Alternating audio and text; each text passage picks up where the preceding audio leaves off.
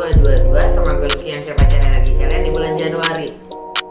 Selamat tahun baru, selamat 2023. Nah, seperti biasa gue punya contekan gue di bulan Januari 2023. Oke. Dan gue akan buka 12 kartu seperti biasa juga, tapi gue gak akan buka semuanya ya, hanya yang bersinggungan dengan energi planet di bulan ini. Dan ini general reading, jadi ambil yang sesuai dan tinggalkan yang tidak sesuai. Jangan paksain untuk sesuai ya.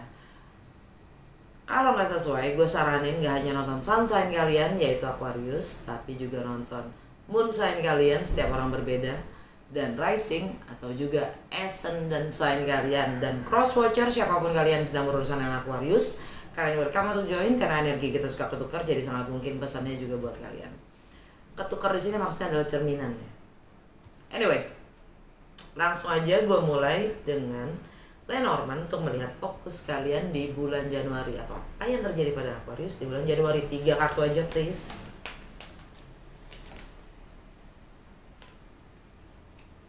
Child,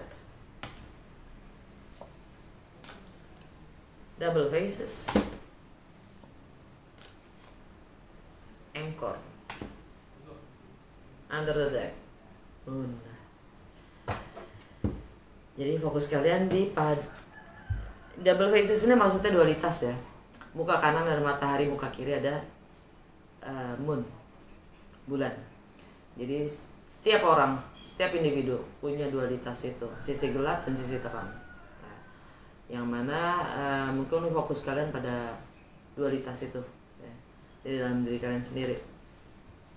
Yang setiap orang punya berbeda, nggak selalu kita menampilkan ya, apa yang seringnya kita tidak menampilkan apa yang kita rasa. Bulan itu mewakili adalah sisi emosional kita ya. Dan selalu memang kita memilah-milah apa yang kita ingin tampilkan. Fokus kalian di dualitas itu sendiri, dan di sini ada child. Child ini tentang anak ya, atau jiwa kanak-kanakan kalian sendiri ya, atau masa kecil kalian. Yang itu semua menyangkut kepada stabilitas kalian sendiri. Dan alam bawah sadar kalian, the moon, sisi emosional kalian ya. Kalau orang kebanyakan mungkin bicara stabilitas itu lebih melihat pada status dan ekonomi atau materi. Buat gue yang namanya stabilitas itu ini sifatnya personal ya, nah, menurut gue personal opinion. Buat gue yang namanya stabilitas itu di sisi emosional, yang memang itu sangat bergantung, tetap sangat correlated ya, sangat berhubungan dengan apapun status dan ekonomi ya. Tapi kalau stabilitas ada dalam diri kita secara emosional, kayaknya apa yang terjadi di luar itu nggak akan menggugah yang di dalam. Jadi child, dualitas, dan stabilitas. Anyway,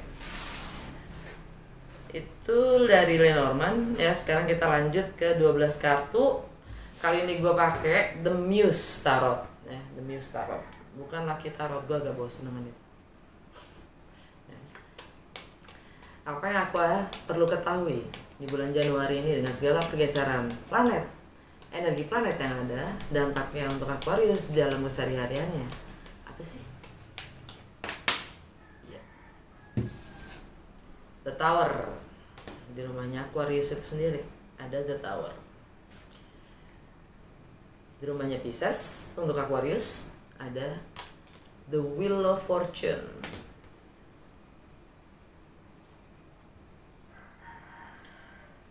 Di rumahnya Aries untuk Aquarius itu di rumah ketiga itu ada The Chariot. Rumah keempat untuk Aquarius itu rumahnya Taurus, ada The Moon. Rumah kelima rumahnya Gemini untuk Aquarius itu ada The World.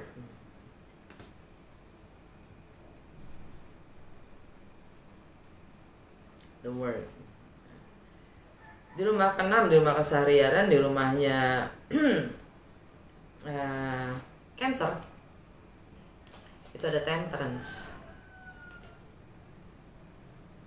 Di rumah ketujuh, rumah relationship, rumahnya Leo, kalian dapat The Fool.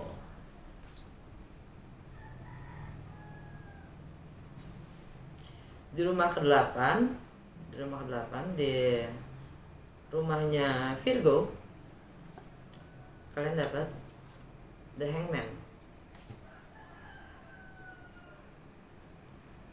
Di rumah ke-9, ya, rumahnya Libra, kalian dapat Justice.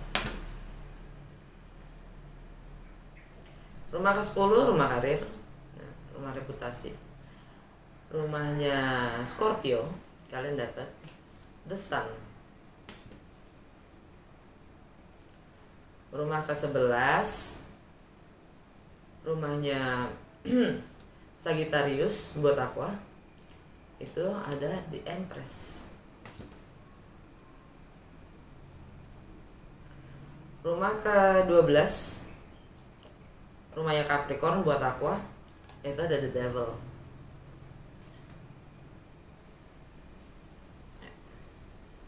Oke, alam bawah sadar kalian, Awakening, Death di kartu yang lain, di kartu tarot yang lain. Oke. Alam bawah sadar ya, Awakening, Death. Ini energi Pluto. Pluto ada di Capricorn. Sekarang ada di Capricorn masih ya. Nanti bulan Maret, bulan Maret dia masuk Aquarius. Anyway, alam bawah sadar itu adalah transformasi. Kalian mendapatkan pencerahan. Ya. Yang mana di sini karena Pluto ada di Capricorn, itu di rumah ke-12 buat Aquarius ya, tentang ending, tentang karma, tentang alam bawah sadar, tentang keyakinan yang membatasi diri kita sendiri. Dan di rumahnya Capricorn ya buat Aqua itu ada The Devil, energinya Capricorn itu sendiri ya. The Devil itu adalah kecemasan, ketakutan kalian tentang kegelapan itu sendiri, tentang segala yang kalian mungkin di luar kuasa kalian, ketidaktahuan tentang batasan-batasan kalian sendiri akan hal-hal yang selama ini kalian yakini itu di luar batas gitu.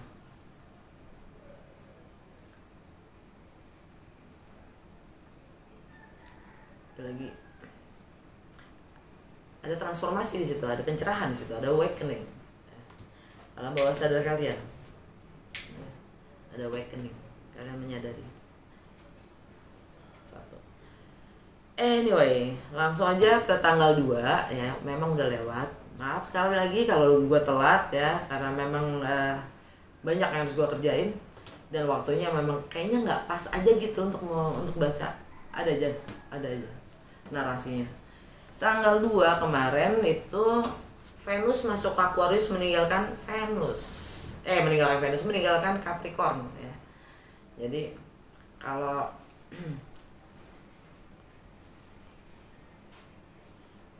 Venus kemarin bulan Desember ada di Capricorn ya, di rumah ke-12 kalian ya.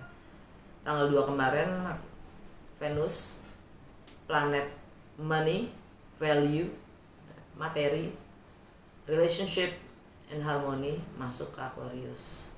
Yang buat kalian di rumahnya Aquarius ya, di rumah kalian sendiri itu ada Tower, the Tower. Suatu yang sifatnya tiba-tiba, suatu yang sifatnya mendadak, suatu yang sifatnya di luar kebiasaan kalian melakukan sesuatu. Karena the Tower itu Mars ya, dan Mars itu ada di Gemini. Gemini itu ada di keseharian kalian kan ya. No way, di rumah kelima. Buat kalian Gemini ada di rumah kelima, di rumah tentang anak-anak, tentang jiwa kanak-kanakan kalian, tentang romance ya. tentang kreativitas kalian ya. Lovers tentang bagaimana kalian mengekspresikan diri, tentang bagaimana kalian having fun, bagaimana kalian menghabisi waktu kalian ya. Sini ada the world, energi kalian sendiri, Saturn, dan memang ada di Aquarius, Saturn di Gemini, yang mana Mars juga lagi retrograde di Gemini ya. Kalian masih banyak mencoba-coba ya, dalam mengekspresikan, mungkin dalam berkreativitas ya. Entah itu romance,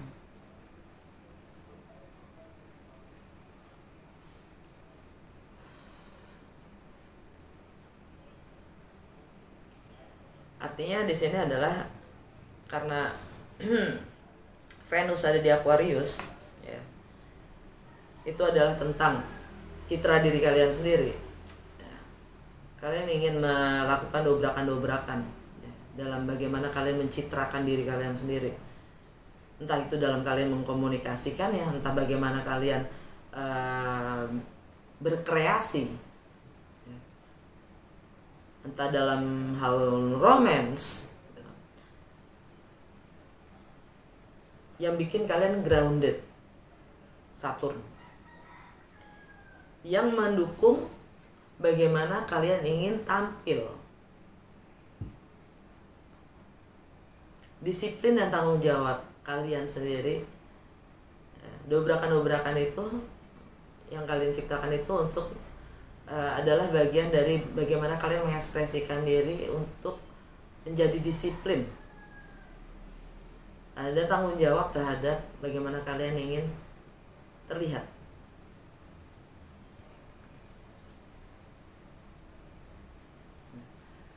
Tanggal 6 purnama di Cancer, itu di rumah ke-6 Cancer ya, buat Aqua, di keseharian, di rutinitas, kesehatan, bagaimana kalian melayani orang lain, kalian dapat Temperance.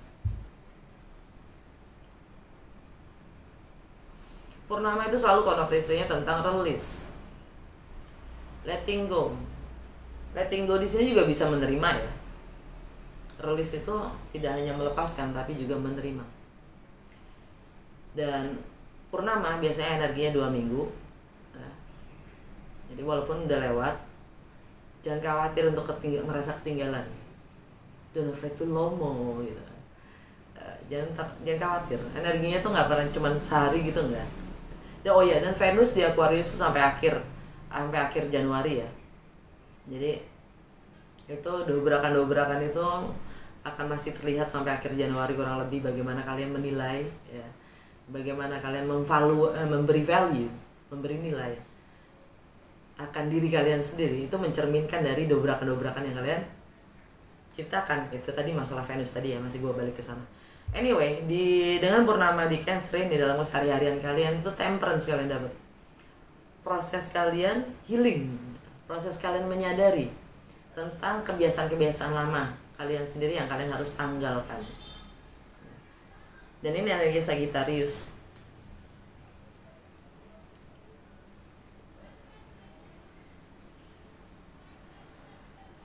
Karena kalian sadari penuh kalau kalian ingin memulai sesuatu yang baru.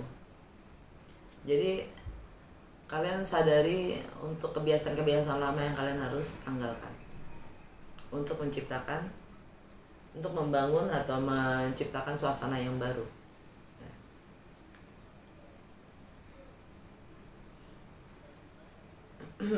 Tanggal 12 Januari Mars direct ke Gemini.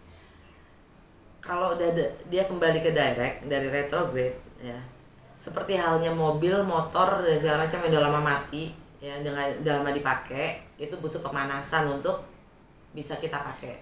Begitupun juga planet ya, walaupun dia ada direct, dia butuh pemanasan untuk benar-benar bisa mulai jalan, move on, maju ya. Mars di Gemini akan, walaupun direct, dia akan tetap stay di Gemini ya, itu sampai bulan Maret, akhir Maret. Nah, kalau selama 5 bulan ini dia retrograde ya, Mungkin kalian selama 5 bulan ini mencoba-coba, banyak mencoba-coba untuk kreativitas kalian, ya. Untuk bagaimana kalian mengekspresikan, untuk bagaimana kalian menikmati apa yang kalian lakukan, ya. Karena Mars itu tindakan, ya. Dan itu di rumah kelima, ya. Bagaimana kalian having fun, gitu ya. Kalian masih mencoba-coba itu. Nah, tanggal 12 Januari dia direct, dia nggak lagi retrograde. Jadi di situ ada hal yang sudah narrow, ya. Udah lebih mengarah gitu loh. Nggak blank lagi gitu loh, nggak kayak kanvas putih yang kalian harus nggak tahu mulai dari mana gitu. Jadi semuanya kalian coba gitu kan. Nah, di saat Mars direct, kalian udah tahu kurang lebih arahnya kemana nih gitu. Tapi tetap butuh pemanasan gitu sampai bulan Maret, ya. Kalian punya pemanasan itu untuk benar-benar memulai ambil tindakan, ya.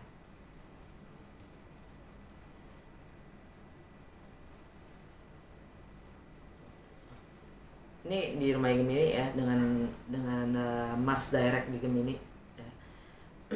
Kalian dapat Saturn the World, yang mana balik lagi ke rumahnya Aquarius. Karena Saturn ada di Aquarius, ada the Tower, dobrakan yang kalian akan lakukan. Baik, tanggal 18 Januari, ya, Mercury direct di Capricorn. Jadi dari pertengahan Desember kalau nggak salah ingat, ya, pertengahan Desember Mercury memang udah ada di Capricorn dan dia direct, dia retrograde. Jadi sekarang ini Mercury retrograde di Capricorn, yang mana di Capricorn tadi balik lagi ada the Devil, ya. Kalian lagi mencoba review karena retrograde, ya. Selama retrograde itu di Capricorn di rumah ke-12 kalian, ya, tentang karma, alam bawah sadar, keyakinan membatasi diri kalian sendiri. Kalian mencoba mereview itu semua, ya. Apa yang membuat kalian khawatir, cemas, atau apapun itu, ya, yang membatasi diri kalian sendiri. With the Devil here. Dan tanggal 12 itu tanggal 18 itu dia direct. Ya, kasih waktu lah pemanasan, ya, buat Mercury untuk benar-benar berfungsi gitu, berfungsi direct seminggu lah gitu, atau seminggu, ya, jatuh-jatuhnya sampai akhir Januari sih. Oke. Tanggal 20, ya, tanggal 20 masuk ke seasonnya Aquarius. Jadi happy birthday to Aquarius yang memang ulang tahunnya jatuh pada bulan Januari, ya, akhir. Happy birthday, ya. Dengan matahari di Aquarius artinya itu semakin terang aja tuh hal-hal yang kalian harus dobrak. Aquarius gitu loh, memang revolusioner, ya kan. Kalau nggak ada dobrakan ya bukan Aquarius lah namanya gitu kan, ya. Semakin terang gitu jalan untuk menuju dobrakan-dobrakan yang kalian harus create, ambil. Tanggal 21 New Moon di Aquarius. Madonna. Tanggal 21, ya, New Moon itu kan adalah semangat baru, ya, semangat baru. New Moon, beginning, new beginning. Semangat baru untuk memulai sesuatu yang baru, right? Semakin kenceng aja nih kan the towernya. Tanggal 22 itu Uranus direct di Taurus. Nah, buat Aquarius, rumahnya Taurus itu di rumah keempat, tentang home, family, tradisi, stabilitas emosional. Kalian dapat the moon, sisi emosional kalian yang terikat pada rumah.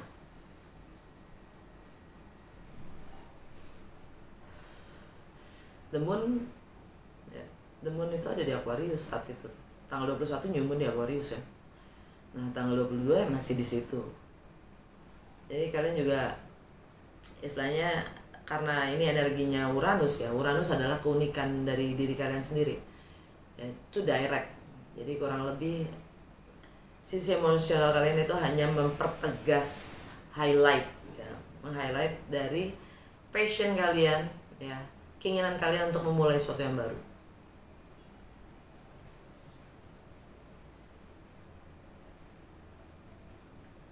melakukan gebrakan-gebrakan tadi ya. Karena di situ nilai yang kalian ingin bangun. Tanggal 26 Januari Venus masuk ke Pisces, meninggalkan Aquarius. Nah, Pisces buat Aquarius itu di rumah kedua, rumah nilai, rumah materi, rumah yang berharga buat kalian. Itu ada the Wheel of Fortune, energi Jupiter, right? Dan Jupiter lagi di Aries. Jupiter ada di Aries. Jupiter ada di Aries itu buat Aquarius itu di rumah ketiga, tentang persepsi kalian sendiri, tentang mindset, tentang intelektualitas kalian, tentang bagaimana kalian berkomunikasi, tentang pengalaman dan pengetahuan yang kalian dapatkan dari kecil hingga saat ini. Kalian dapat the Chariot. Ini energi Cancer. Flashback sedikit tentang purnama di Cancer. Ya, di rumah Cancer adalah di rumah ke-6 buat Aquarius, tentang kesehari-harian kalian. Yang mana kalian di sini dapat Temperance, proses healing. Dalam proses kalian harus bersabar untuk bisa menanggalkan kebiasaan-kebiasaan lama. Dan the Chariot itu adalah kalian mampu menguasai atau mengendalikan diri kalian sendiri dari segala apapun itu mindset, persepsi, pengetahuan kalian selama ini untuk moving forward. Kalau kalian mampu mengendalikan dan menguasai ya, persepsi kalian sendiri, pikiran kalian sendiri, kalian akan dapatkan kemenangan untuk moving forward. Jadi untuk bisa moving on itu ya proses healingnya adalah melepaskan kebiasaan-kebiasaan lama, pengertian-pengertian lama.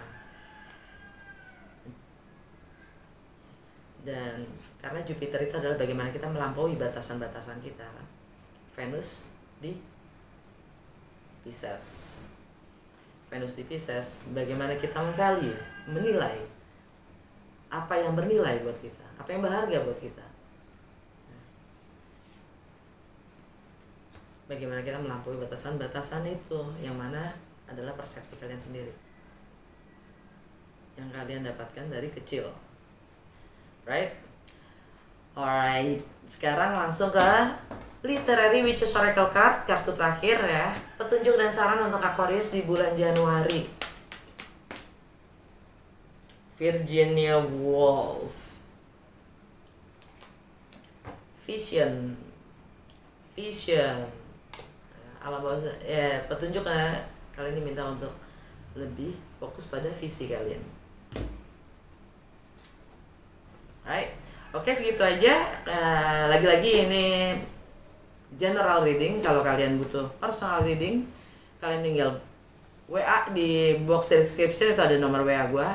Tapi maaf, promo terakhir udah selesai ya.